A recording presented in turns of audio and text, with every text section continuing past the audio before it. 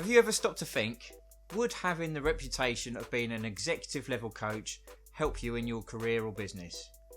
If the answer is yes, you are in the right place. We've been dying to make this video for you guys.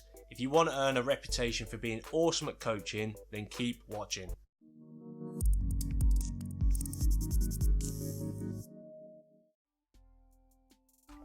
This video is part one of a coaching skills series and will be broken down into management coaching skills, leadership coaching skills and executive coaching skills. That's right, and in this video we're going to introduce management coaching skills. Over the years we have progressively built up our management coaching, leadership coaching and executive coaching skills. And we're really excited to share these techniques with you because we know they are already proven and tested. They're making a huge difference to the people we work with, and they are going to seriously help you as well. If you want more tips and techniques on how to improve your communication and leadership skills, go visit our website at curiouscommunicator.com and keep updated with our latest videos on the Curious Communicator TV channel. Just click the subscribe button below this video. Performance coaching is a structured and predictable process you can follow that will get you the results you want, when you want them, and to the standard you need them delivered. In this section, you're going to learn and see how feedback and accountability can be used predictively without confrontation to drive individual and team performance. Performance coaching is a positive way to engage a team and help them reach their goals by supporting them, by developing them on their current skill set shortfalls. Now, if you do this correctly, the process will be fair across the entire team. This is extremely important should someone raise a complaint or grievance against you. You need to be squeaky clean. Spending some time and effort learning how to performance coach now will pay off by helping to protect your organisation in the future, even against those annoying, unreasonable people. You might have heard of this. This process is more commonly known as performance management, but a new group of people have started terming this performance coaching. So we wanted to see what this was all about. So we did a survey and we asked 107 leaders and managers if you were to sit down with a member of your team and tell them you wanted to improve their performance by placing on a performance management process, how would they react? Now, the overwhelming response was that team members and employees would react negatively. That's when we dropped this phrase and we've never looked back. In hindsight, it's easy to see it put unnecessary barriers that we have had to spend a lot of time to work around. There are 5 tips every good leader and manager should know when it comes to creating a productive coaching environment. Good coaches will make people feel respected, have a sense of self-worth, feel like they're treated fairly, are not afraid of giving honest feedback, and good coaches understand how to deliver feedback in a productive way for everyone involved in the process. A good performance coach will also understand it's okay for people to make mistakes as part of the process. They know that they themselves as coaches do not know everything. They're always seeking a faster way to teach others what they know. A good performance coach will not be selfish. A good coach will also understand that their own skill level as a coach is directly linked to the growth and development of the people they coach. They're not in it for themselves, they have the priority to help others learn, and they use proven structures and processes in the way they coach. Good performance coaching follows a process, and the same process is used for everyone. It really is wash, rinse, repeat. The process we have found to be the most successful is something we have very originally called the performance coaching cycle. Our performance coaching cycle is broken down into 5 stages. Stage 1 is to identify. Stage 2, set expectations. Stage 3, allow the person to perform. Stage 4 is follow up.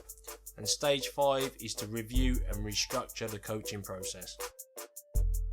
Firstly, you need to identify the training gap. You need to pinpoint exactly what it is you want the person you're coaching to achieve. This could be done with new skills that you want them to learn or changes in behaviours you want them to master. As example, here's 3 simple examples that we've used in the past. So number 1 would be for the person to become more effective in their role. Number 2 might be to learn how to set expectations correctly. So if they're a supervisor or manager, they may need to learn to explain to their team better on how to do things. And number 3 might be to become better at giving honest feedback to their team.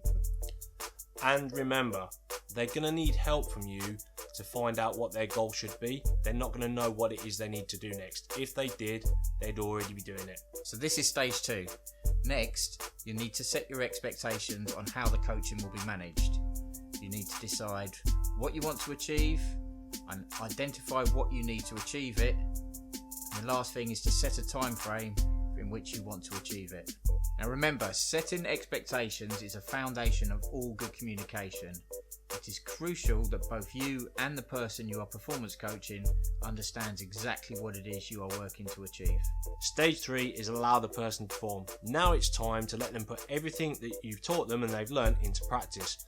Remember though, at this point, the person that you've been coaching is likely to only been doing this for the first time. They will be nervous and they're definitely going to be worried about failing, and even if they respect you, they're going to be worried about letting you down. Make sure you've checked your expectations are realistic, because both you and them need to have the same understanding of what it is that you are expecting. You don't want to end up with something like this. You need to build a blanket of safety around them until they're confident enough to do what it is you're asking them to do. A good performance coach will be able to identify where people are struggling and then break it down into bite-sized chunks for them. Most of all, let them know it's okay to fail. If they understand that it's realistic that they are going to fail and failure is part of their success, they're going to be able to achieve their goal much quicker. It's really important to give them plenty of encouragement and advice at this point. Okay, so now we're on to stage 4, which is follow-up. Follow-up should be a constant process that continues from the first time they use the new skill or implement the new behaviour, right up until they are both confident and competent in that role, in that skill. To understand this, use our ladder of learning framework to identify how successful your management coaching has been. And remember, any follow-up reviews you do when performance coaching should be documented.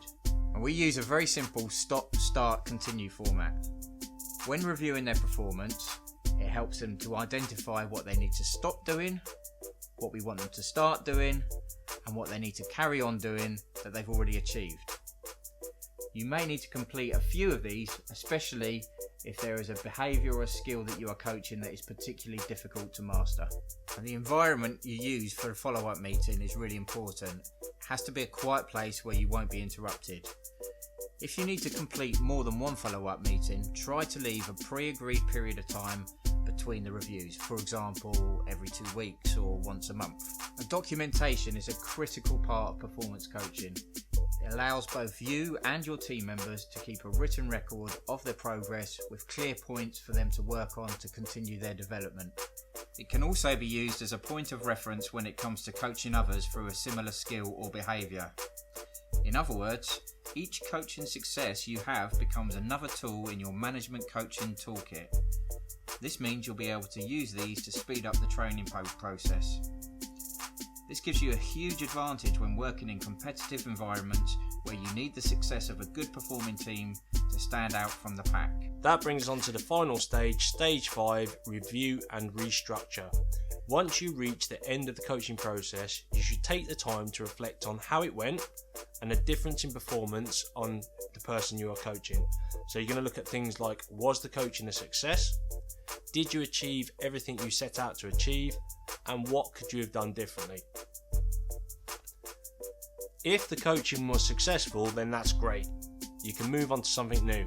However, if the coaching wasn't successful as you hoped, you're going to need to identify the reason for the failure. You may have to restructure your coaching methods, and if you want to be successful next time, break it down into smaller bite-sized chunks. Top tip. Coaches and people that are being coached tend to bite off more than they can chew. This tendency stems from people wanting to do a good job and the coaches wanting the people they're coaching to do well. But unrealistically high expectations will not get you the standard you want quicker. Management coaching will give you another huge edge over your competition. We'll cover that in a moment, but first let's just check some of the other advantages. When coaching, there are benefits to both the individual and the organisation. Individual benefits would include improved emotional intelligence, improved interpersonal relationships, more resilience and adaptability, greater motivation within the individual, improvement in teamwork, faster career progression and better work-life balances. There are also benefits to the business: better employee engagement and retention, improved customer service, higher productivity, improved service and product quality, creativity and innovation, a more positive climate to work in, and more profitability and growth. So who does performance coaching benefit? Well, it benefits everybody. Firstly, it benefits you as the coach.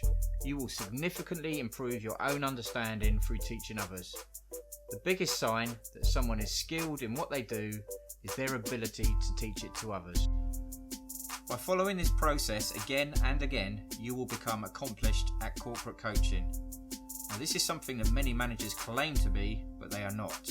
By the time you finish this video, you will easily be able to recognise the difference between a high quality coach and a pretender. Performance coaching also benefits the person you are coaching. They will obviously improve each time they go through this process, but more importantly, it means they are continually learning.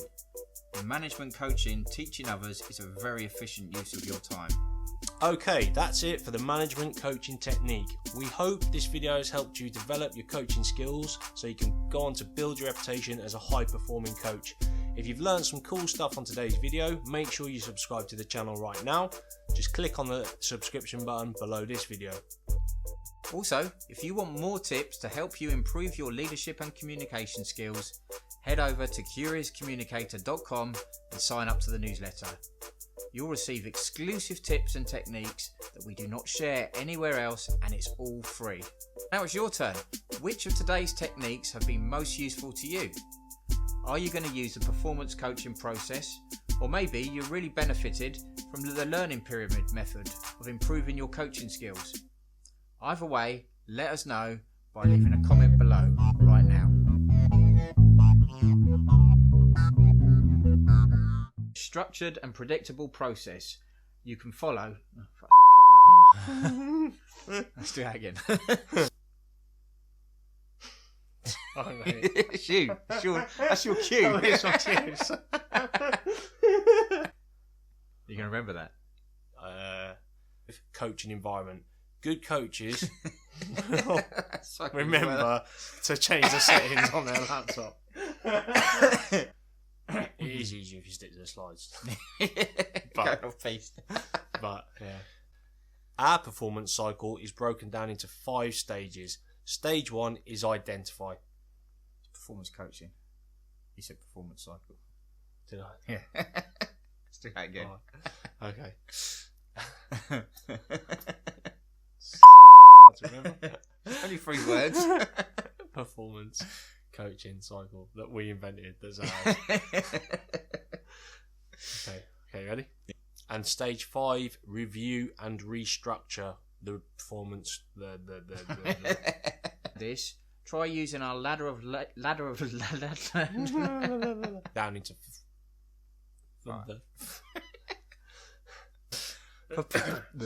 Right. Stage 5. Stage 5.